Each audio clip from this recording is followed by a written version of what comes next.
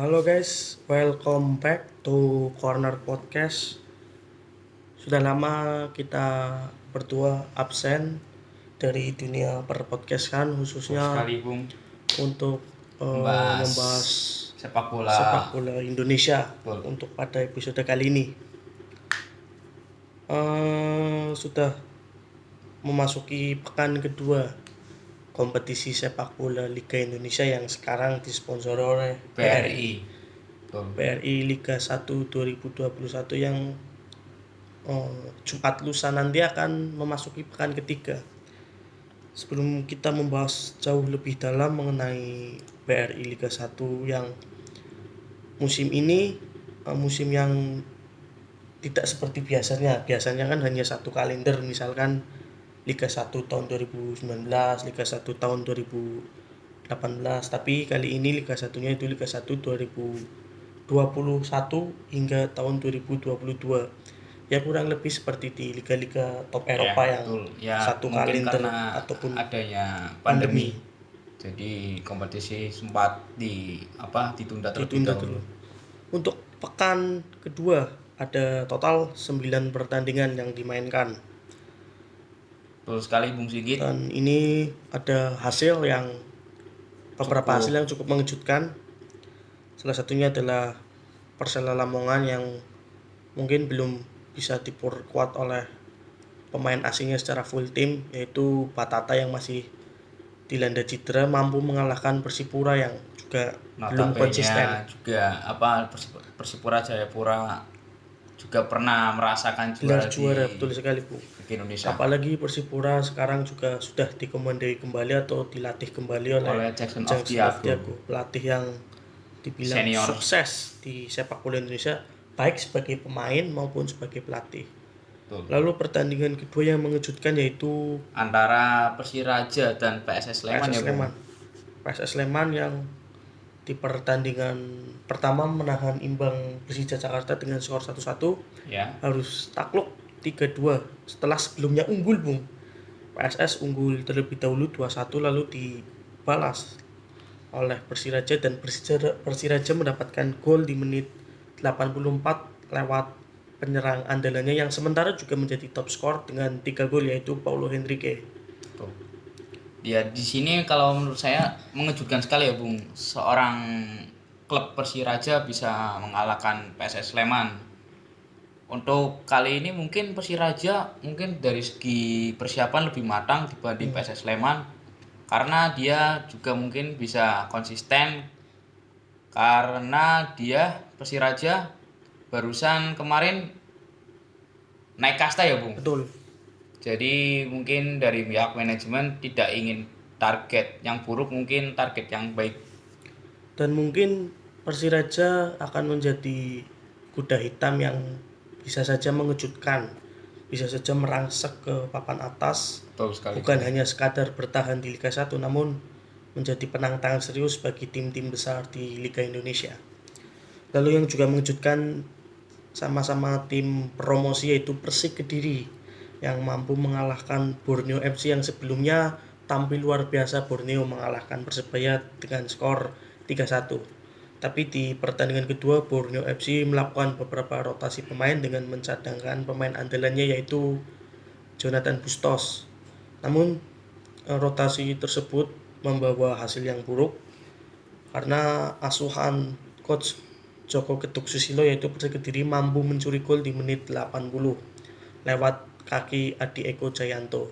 Dengan hasil ini Persik Kediri memperbaiki hasil sebelumnya, karena sebelumnya di partai pembuka BRI Liga 1 Persik kalah lawan Bali United dengan skor 1-0. Betul sekali Bung.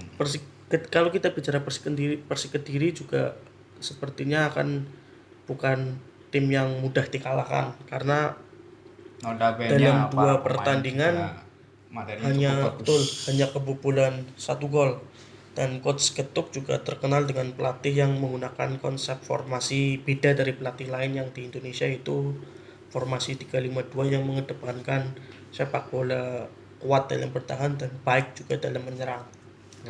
Lalu pertandingan selanjutnya Bung, ada apa Bung? Dipertemukan oleh Barito Putra kontra Bali United. yang dimenangkan oleh Bali United dengan keunggulan 2-1. Untuk Bali United yang diasuh oleh Stefano Jugura dan Barito Putra oleh Jajang Nurjaman. Untuk kali ini untuk anak asuh Stefano Jugura atau yang sering disapa Teko bisa unggul 2-1. Ya menurut saya seru sih pertandingan antara Barito Putra dan Bali United karena kedua klub tersebut memiliki materi pemain asing yang bagus dan pemain lokal yang bagus juga. Ya seru menurut saya untuk dibahas lebih dalam antara Bali United dan Barito Putra. Lalu di pertandingan hari Sabtu selanjutnya yaitu ada Persebaya Surabaya yang di partai pembuka kalah melawan Borneo FC. Kali ini yang sudah diperkuat oleh 4 pemain asingnya mampu mengalahkan Tira Persikabo dengan skor 3-1. Bomber Persebaya asal Brasil yang mendapatkan kepercayaan untuk langsung tampil yaitu Jose Wilson mampu mencetak 2 gol di babak pertama dan 1 gol lagi dicetak oleh pemain Persebaya asal Papua yaitu Ricky Kambuaya. Sedangkan Tira Persikabo hanya mampu membalas 1 gol lewat titik putih melalui kaki Ciro Alves pemain andalannya. Persebaya sendiri di partai perdana kalah lawan Borneo FC karena mungkin belum bisa menurunkan 4 pemain asingnya. Untuk 4 pemain asing Persebaya tersebut saat melawan Tira Persikabo mungkin belum bisa tampil maksimal.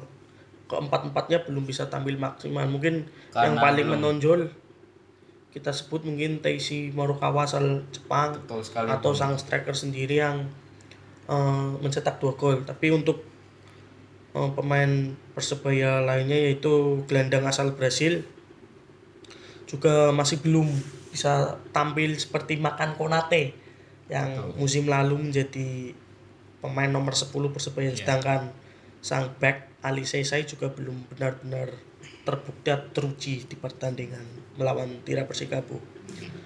Lalu di pertandingan hari Minggu jam 9 malam ada Persita yang harus takluk menghadapi Persib Bandung. Ya, sangat menarik membahas Persita dan Persib Bandung.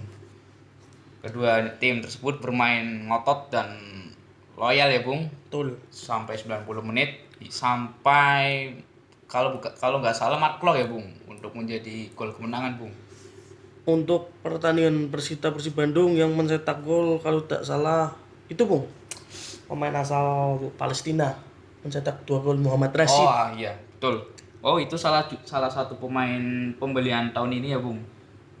Betul. Pembelian pemain Persib Bandung yang untuk Persib Bandung mungkin problemnya adalah striker mereka yaitu Wander Luis dan Castillion belum bisa tampil maksimal dan sejauh ini belum mencetak gol. Di pertandingan pertama Persib harus susah payah mengalahkan Barito Putra.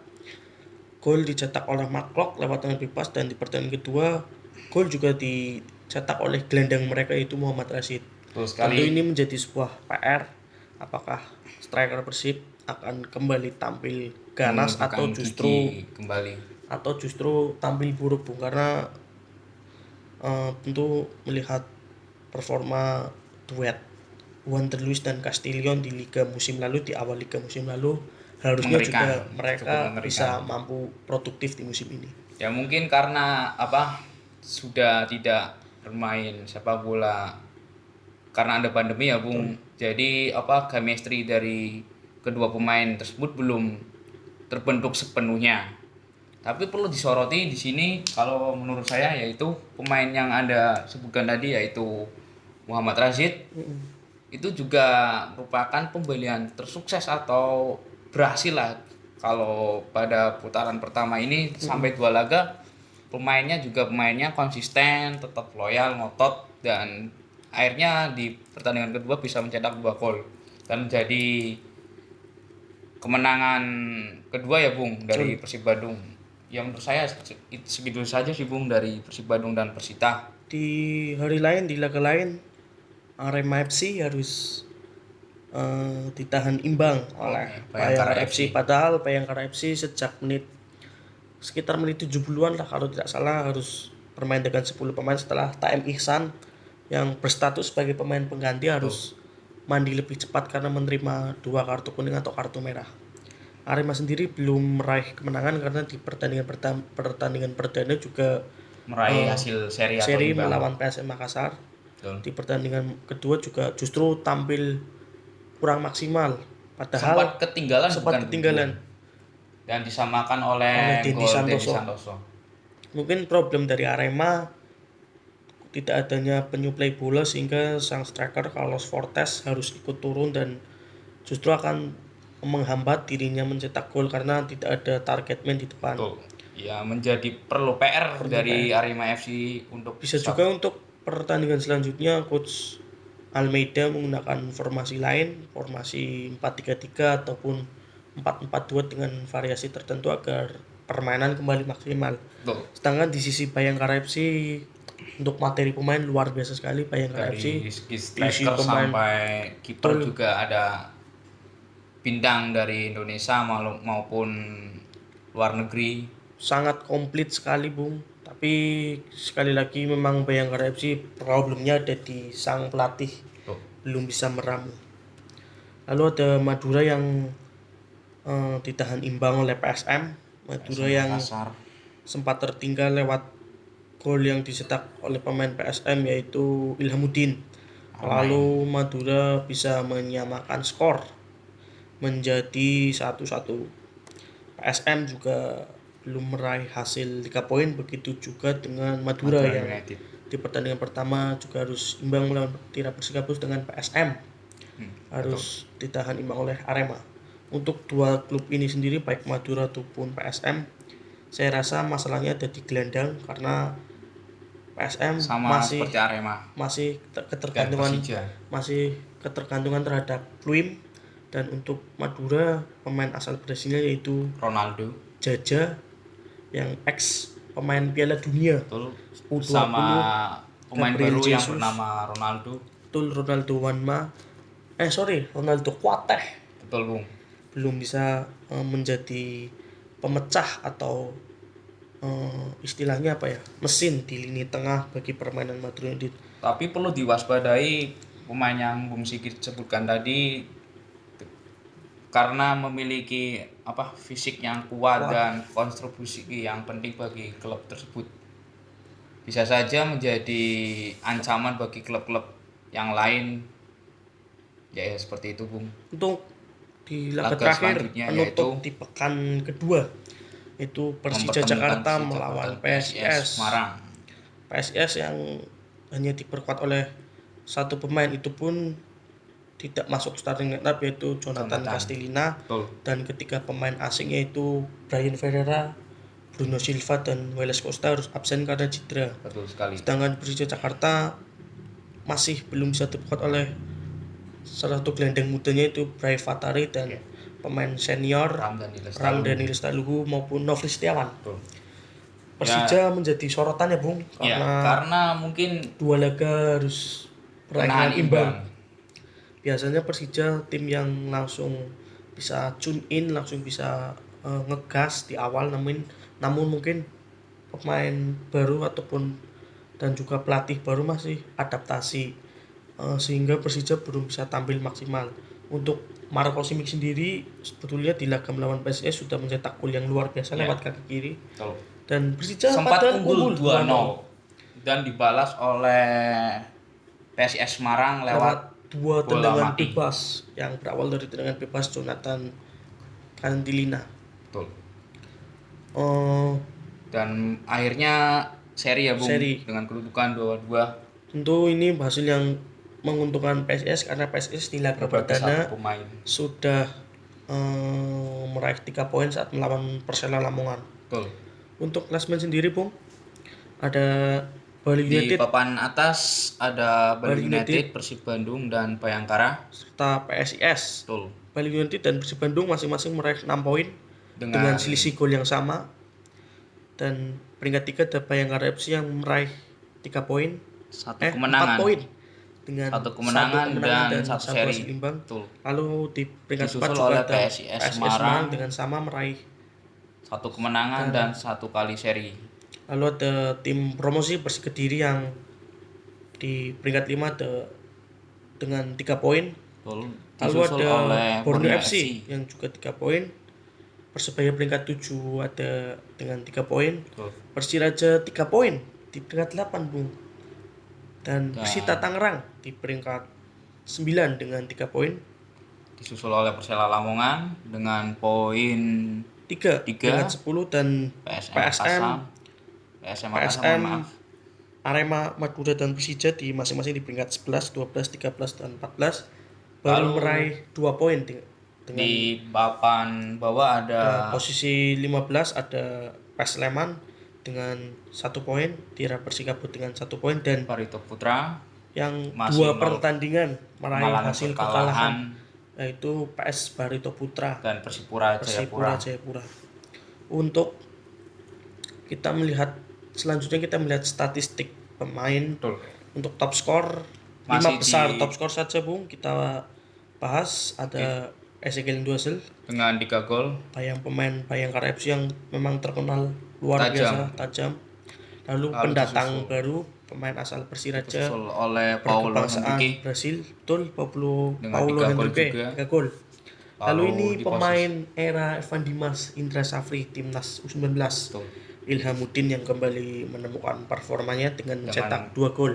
Lalu di posisi yang sama ada Irham Sahrul Milan dari PSS Sleman, posisi winger. Lalu ada Irsyad Maulana dengan ex pemain Semen Padang ya, Bung, dengan 2 gol. Lalu yang selanjutnya ada Muhammad Basim dengan 2 gol. Pemain Muhammad Basim Rashid, pemain Persib asal Palestina itu, Bung, yang tadi disebutkan oleh Bung dan Sigit. ada Jose Wixon, pemain baru Persebaya dengan mencetak 2 gol juga sama. Gelandang energik Ricky Kambuaya dengan klub Persebaya Surabaya 2 gol.